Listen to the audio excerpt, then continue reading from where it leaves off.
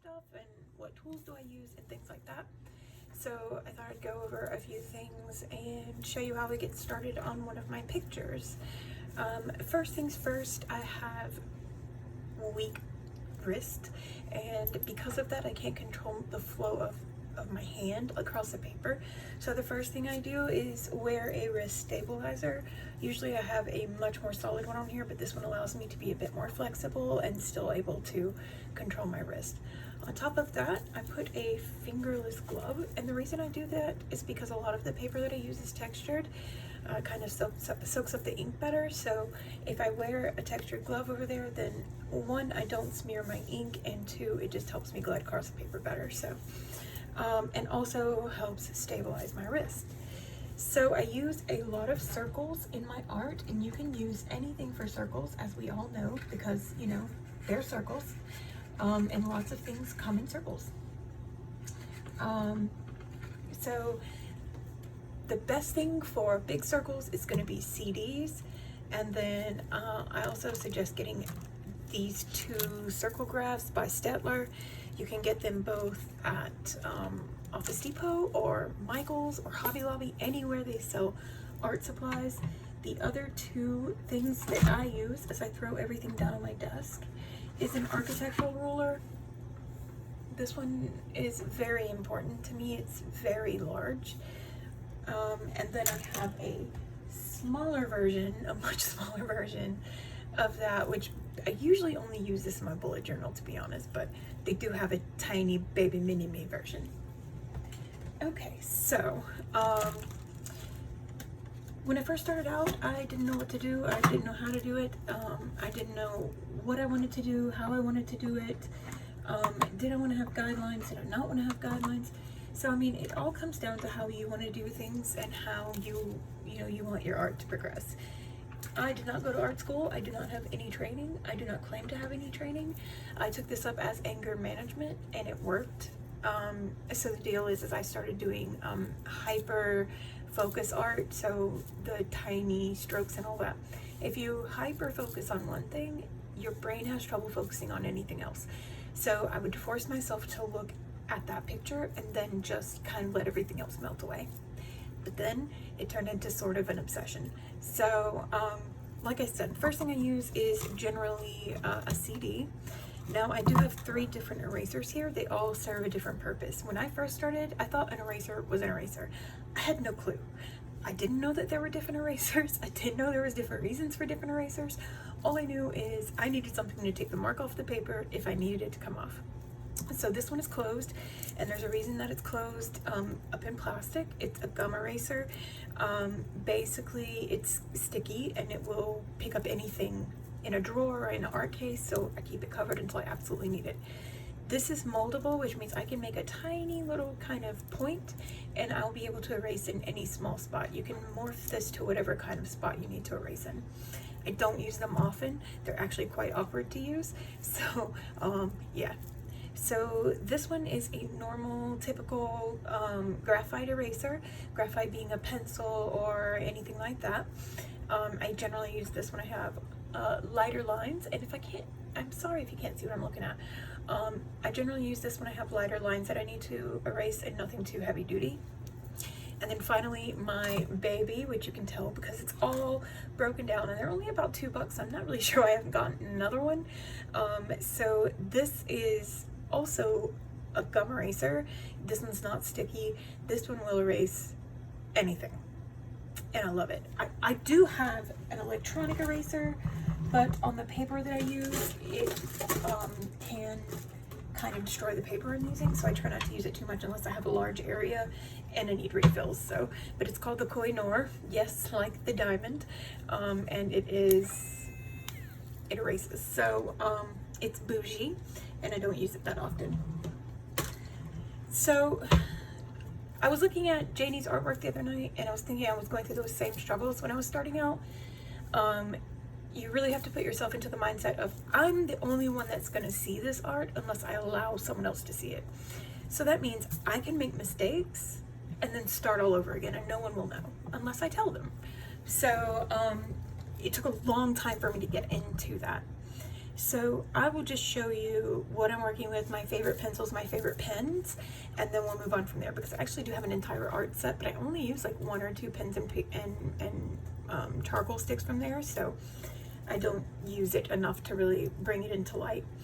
1 second. Nope, I found it. Okay. Okay, so a couple more things. So if you get an art pencil, you're going to see that they have these numbers on them. This one is 5H, and these are art graphite pencils. So 5H is going to be a really light stroke. This lead is hard, which means that's what the H stands for. So that means that it's going to be a very light stroke. So the higher the number on the hard, the lighter the stroke.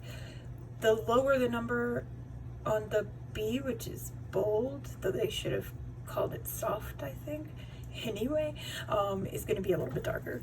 So I generally outline with this. I do have a favorite pencil, but it's kind of dying, and I'm loath to use it too much because I don't want it to die. It is my favorite brand. It's the Kimberly brand, and it's a 6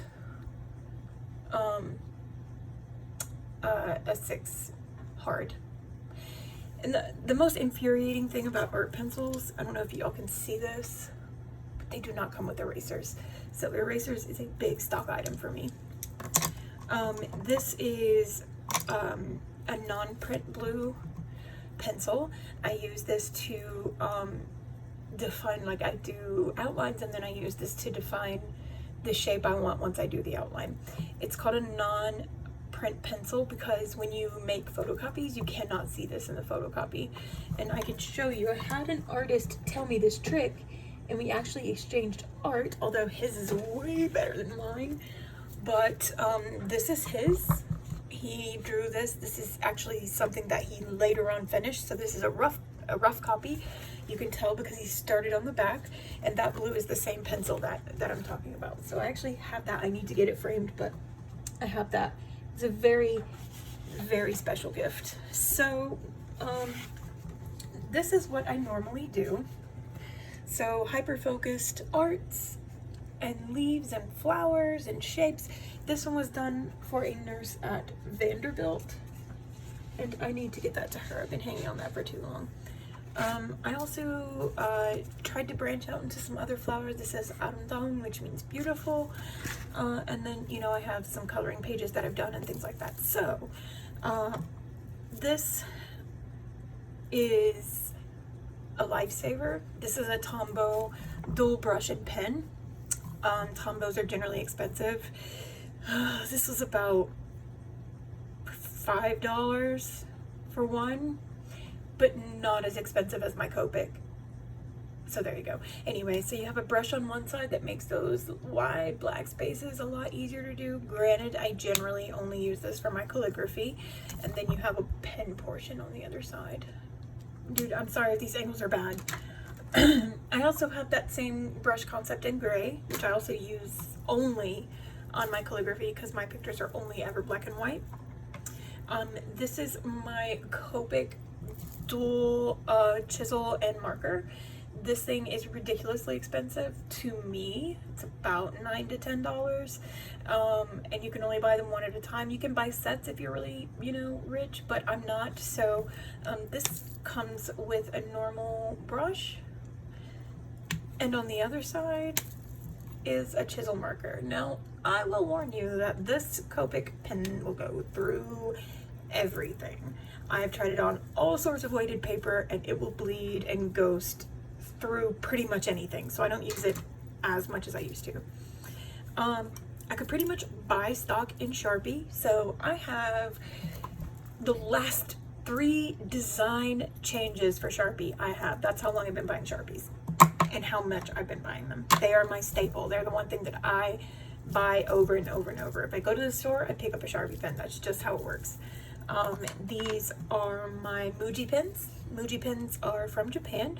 This is a 0.38 nib, the nib meaning the tip of the pen, so it's kind of, I can do a lot of fine lines with it. You're going to see a lot more smaller nibs than that.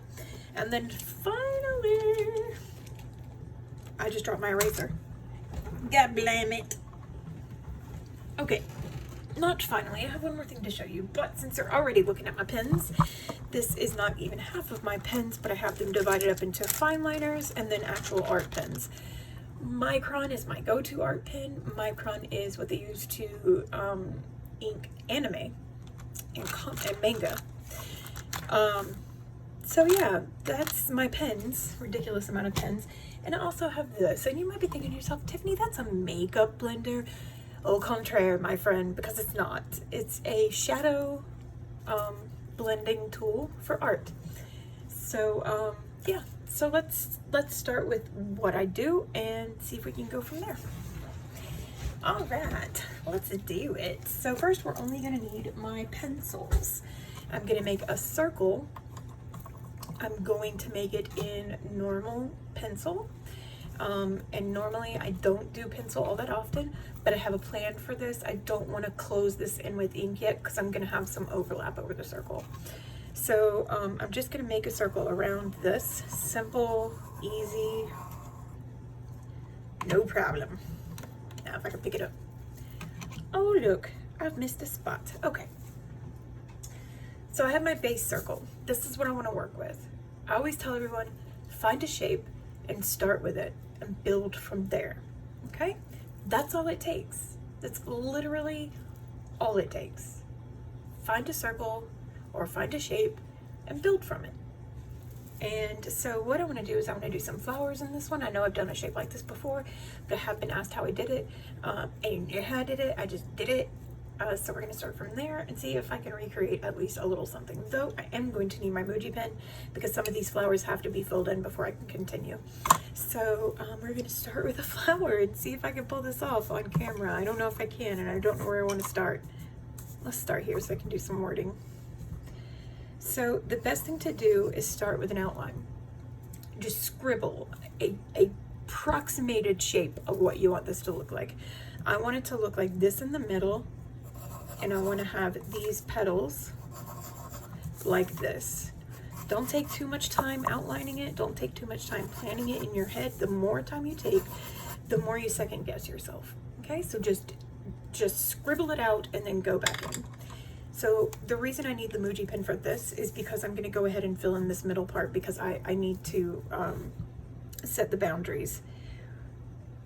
So I'm just going to go in and put some circles. I want it to be slightly defined, so I'm not going to do it in order. I'm going to leave some spacing. And then when I get down to the bottom, I'm going to kind of space it out like that. Okay, so now I'm going to take this pen because now that I have my outline of the petals, I want to define them. And I don't want to define them in the same color because I want to make sure that I'm defining them properly. So we're going to start here. I always start at the top. I don't know why. I'm going to go up, give a little bit of definition. We're going to snake back around here. Now this is because I am building a fold in the petal. That's why I did that. I'm also going to put one of these things here because you know how they get them little burn marks. I don't know how they do it. Sunburn, I guess. And we're going to do the same thing all the way around, changing up the design wherever you want. Just remember that generally petals don't always look the same. So it would be kind of ridiculous for all of your petals to look the same.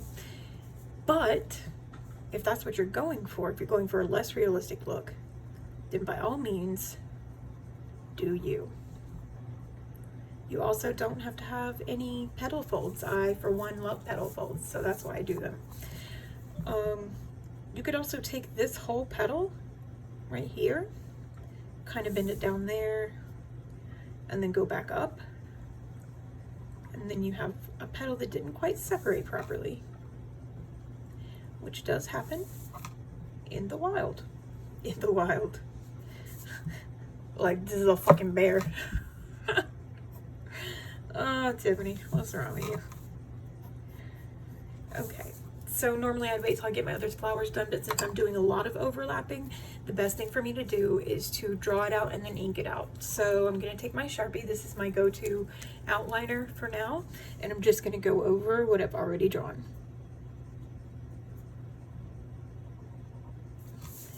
Just follow the lines, bruh. Not that hard.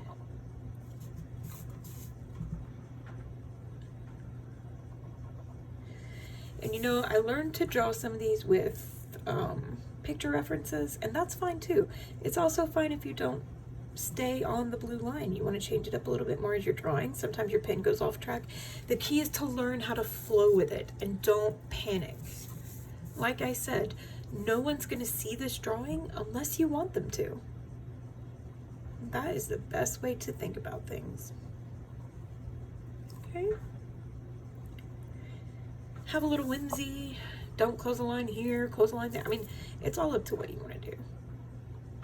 I'm very stuck in the way I draw my flowers, but that's just because that's me. Okay. So we're going to get that all in there. And that was what? 3 steps, 4 steps? I don't know. Who knows? So I'm going to give this a minute to like soak into the page because I need to erase the pencil marks, and because of that I need to erase them because the pens that I'm about to use to do the fine lining, they erase and smear. So I need to wait for this so I don't have to erase the pencil marks after I do the fine lining. So let me get, okay. I left it on the floor. Let me get my go-to pen for fine lining. It might be in my basket over there on my desk because I'm a genius. I think it is. I'm pretty sure it is. I have a whole basket. I'm sure you can hear it right now. Over here on my desk that has all of my go-to pens in it that I don't want to have to dig around elsewhere. And look at me, now I'm having to dig around in here for it. I told you. I'm a genius. I'm a flipping genius. Whistle. Oh, no. What's inside? Oh. Hold, please. It's giving my... Oh, there it is. Nope, that's not it either. That's my kitty cat pen. I'm just saying. It's cute and I will not be judged. You're not supposed to go in there. It's okay. Oh, it's in soil. Oh, it's okay. Aha, I found it. You might think, hey Tiffany, how do you find your pens in the world of shambles? Well, it's because I put stickers on the ones that I like the most for various reasons. And then I have another one around here. That would be it that I like to use for my fine lining. So we're going to take the God of all erasers and we're going to get rid of these lines right here. It's better if you don't scribble and just do the same strokes. Leaves less room for your art to be damaged. And I might get some streaking, and that's okay. I'm just trying to show you my method. So that's all right.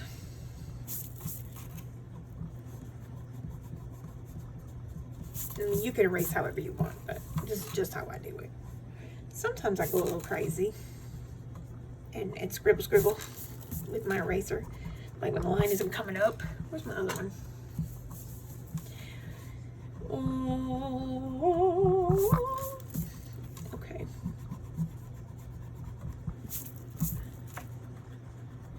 I saved every letter you wrote me.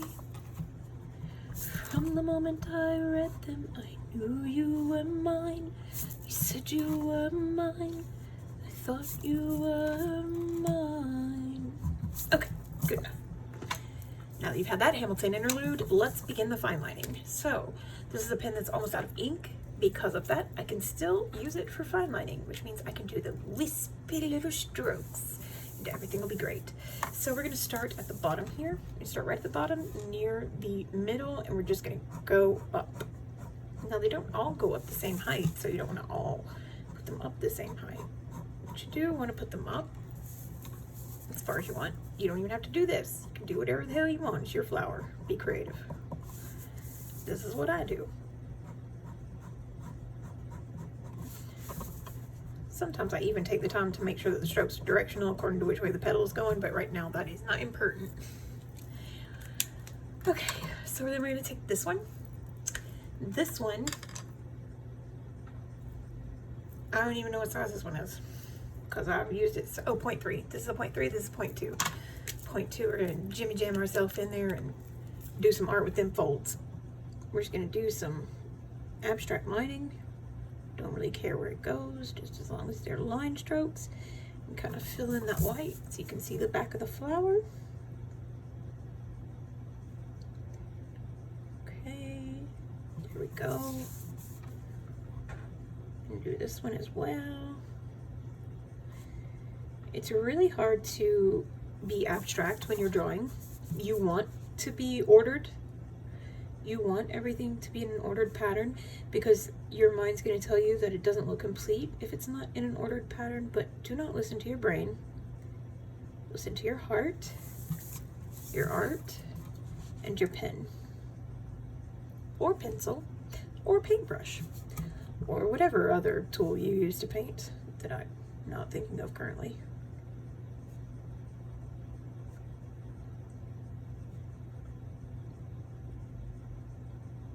Okay, so we've got that done. Now we're going to add a little shadow, and for that we're going to go a little bit darker with our pen, our pencil. We're going to take a 4B. Now this is a bold, this is going to be a very soft lead, so it's going to come out very easily. Now you want to have some shading underneath those folds, of course, but you want to be careful because see how easily this pencil makes a mark? Barely touch the page and it's going to make a mark. Okay, so for the longest time I used to shade with my finger, and for that it worked really well for me, but then someone took pity on me and bought me a shader. I don't know why, because I barely use it. Because if you shade too much with the blender tool that looks like a makeup blender, it actually can take your marks away. It can actually serve as an eraser. And you can use a beauty blender for that. It's just, that one is specifically designed for art. Honestly, I don't even know what the difference is. They're all the same, if I'm honest. Okay.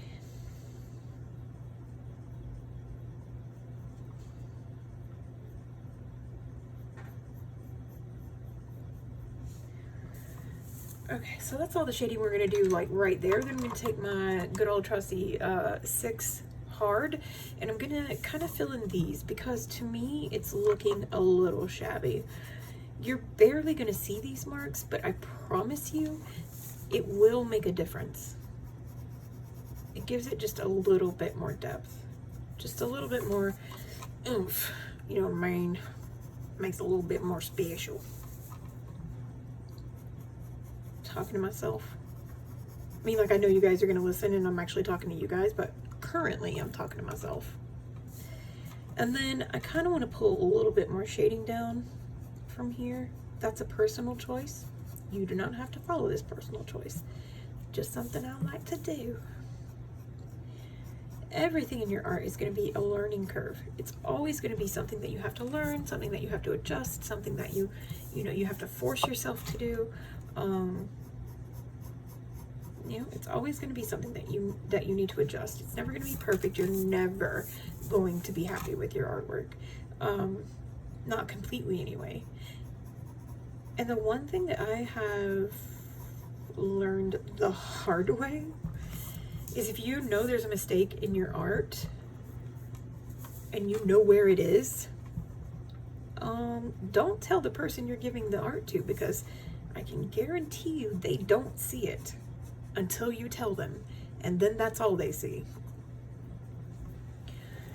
Okay, so what sometimes I'll do is I'll show my art to my husband. I'll be like, does anything look off? Just look at it, tell me what catches your eye. Do you see anything that you have questions about or anything like that? And he's generally very, very good at that. So now we have our one flower. Now these flowers are reminiscent of dogwoods, sort of, and they don't generally bloom solo on one branch or on one stem. So we're gonna make one more.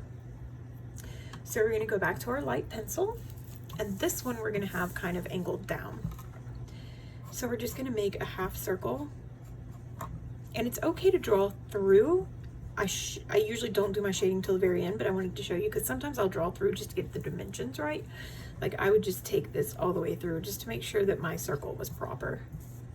Then I'm gonna come in like this, just make some waves, right? I'm gonna put a half circle right here, and that's gonna be for that. Like I said, I'm gonna go ahead and fill this out. This one is gonna be the same. You're not gonna make it perfect. You're not gonna make it in order. Just gonna, you know, art is all about what you're feeling, about what you're drawing. If you hate it, you're gonna put off the air that you hate it, and then whoever you show it to is gonna hate it too. So this flower is kind of upside down. So we're gonna draw some flower petals here and here. And then we're gonna go out and draw some here and here and here.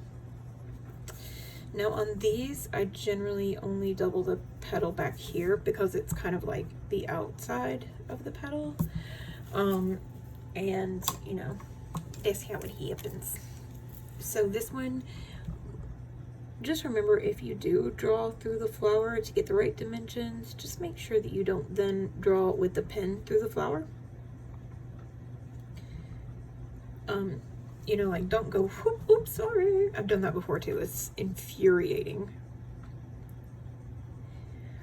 But the key to this too is to work with your mistakes. So if you make a mistake, that's fine. You can make mistakes all day long.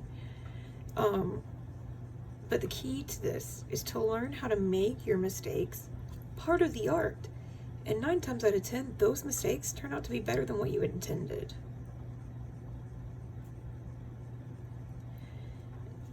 Okay, so we have that outlined. And like before, we're gonna wait for that to dry for just a moment so that I can go ahead and erase the mark so I can do my fine lining. Lord. Y'all, excuse me, I'm gonna go ahead and hit my vape right here, and I do apologize. But it's so delicious. Okay.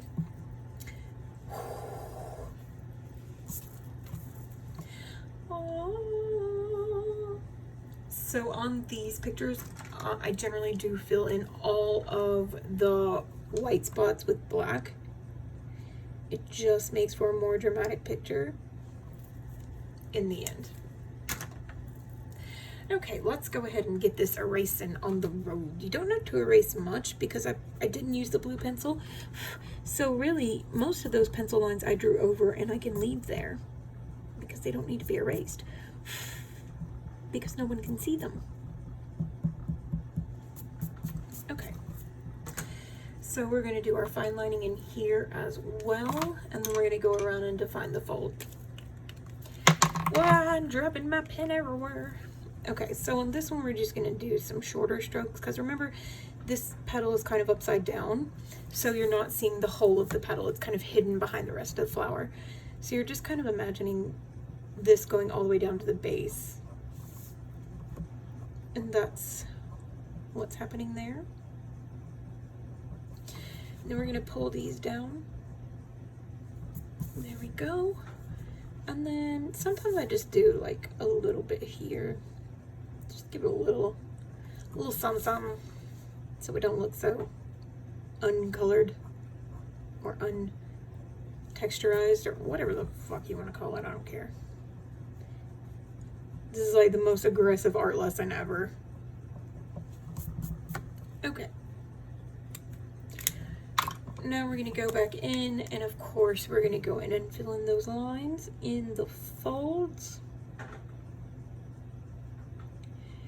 Now, if you wonder what all of these pens are for, they're all meant for the same thing. They're all meant for fine lining. Just when you start using different brands, some of them are going to flow easier for you. I love this brand right here. It's the Zig Millennium. I think this is a Michaels brand. It might be a Hobby Lobby brand. Anyway, they have a wider barrel. So if you notice, like, the barrel is wider than my Micron pens or like my Muji pen. And I like that a lot. I like it better. So on this one, we're going to use a less aggressive shading because I don't want to take away from the actual picture. So I'm just going to go in here and I'm going to shade in a little bit thicker lines. Thicker does not mean darker. I guess I should say wider. I guess that would make more sense to say I'm doing these in wider lines. Okay, I'm just going to go ahead and give the old finger rub. And then I'm going to take my Strong 4 Bold pencil and I'm going to go ahead and pull some shade on these folds like before. Now you're thinking, hey Tiffany, there's a flower that's kind of hanging over the other flower. Shouldn't that have a shade? And you would be correct. And we're going to do that with another pencil as soon as I find it. 1 second. Por favor. Oh, it's in this. Yep, I found it. What number is this? Nope, that's too light. Hold please. What number is this? This is my 4. Ooh, no, that's a good one. Okay. Let's give it a go. Yes, that's a good one. Okay. So this one right here is hanging over on this flower. So we're going to give it kind of some definition by giving it some shade. Because you're going to have some shade if a petal is hanging over another flower. You're going to have a shadow. Right. And also, I don't really care where the sun is in the sky. If it's hanging over something, it's getting a shadow. And I do not care because the sun could be all over the sky in my art world and you would never know. So, there you go. Okay, so that's basically what I do. I can throw in some wispies if you'd like. I can do that all day long. Let's throw in some, ooh, you know what we need to do? Yes. Okay, where's my pencil? We are gonna throw in these little things because I love them. So, you know, when you're out, and guys, I was today years old when I found out that these are the same things as normal fucking dandelions. That is too big. That cannot be bigger than the flower. What the fuck, Tiffany? Calm down. You are overachieving. That stem was way too long too. Okay. Okay. Did I do it right? I don't care. Okay. These are just like squiggly lines. Kind of let your hand spaz out for a minute. That'll be, you know, good. Then you can go and do another one like down here or whatever your little heart desires.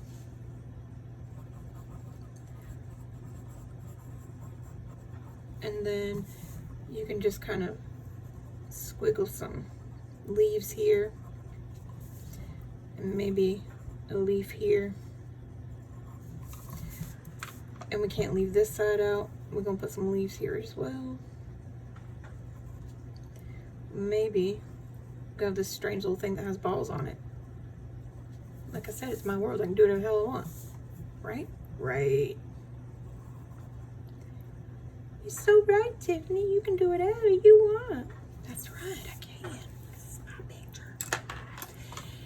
Okay, so this one is going to feel weird when you go to ink it, but fear not, friends, because you just take a fine liner, such as my Muji pen from the Japan, and we're just gonna go squiggly spastic on this motherfucker, okay?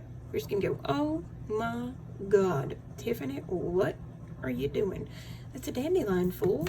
That's what it is, dandelion.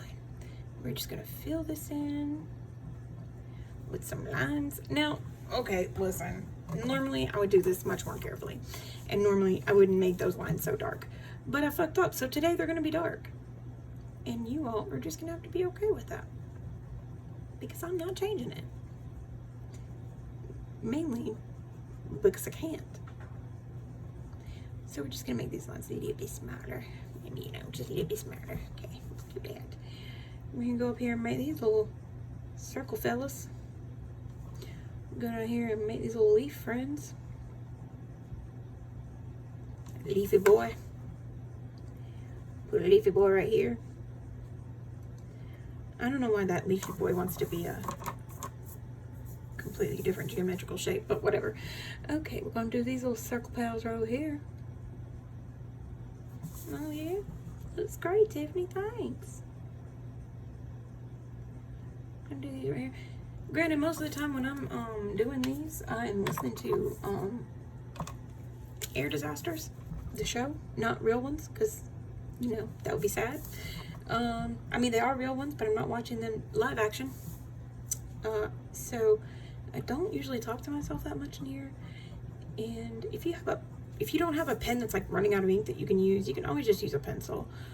But when I give my art to people, they tend to want to fucking change it. So I don't leave anything in pencil except for the shading, because it makes me so angry when people change my art. Okay, so notice we have that circle there. So we're gonna take our Sharpie again. We have defined at least one area that we want the circle to continue on. So remember, we made this whole circle. We've defined another area, but we're gonna have to stop it right there because we don't have the rest of the artwork. And because we are defining that right there, we are doing that. Now on this side and on this side, I'm gonna make sure that there is like some artwork going on there. Like I'll probably put some dots in there because I won't be able to differentiate where the petal or the stem is. So generally I just go in for the dots on this kind. Like I'll start real heavy at the bottom and then kind of just move up and get kind of lighter and lighter. And you can also put those dots down here to add more depth in the petal on any of your flowers. Sometimes I do that too. In fact, sometimes I do it and I just fall in love with it. And then sometimes I do it and I'm like, God, what did I do that for? Now I've got to do it on all the flowers. That's my anal retentive moment there. I hate when I end up doing something and it's a beautiful outcome, but it's so hard to do, and then I realize I gotta fucking do that for the rest of the whole piece of art, so that sucks.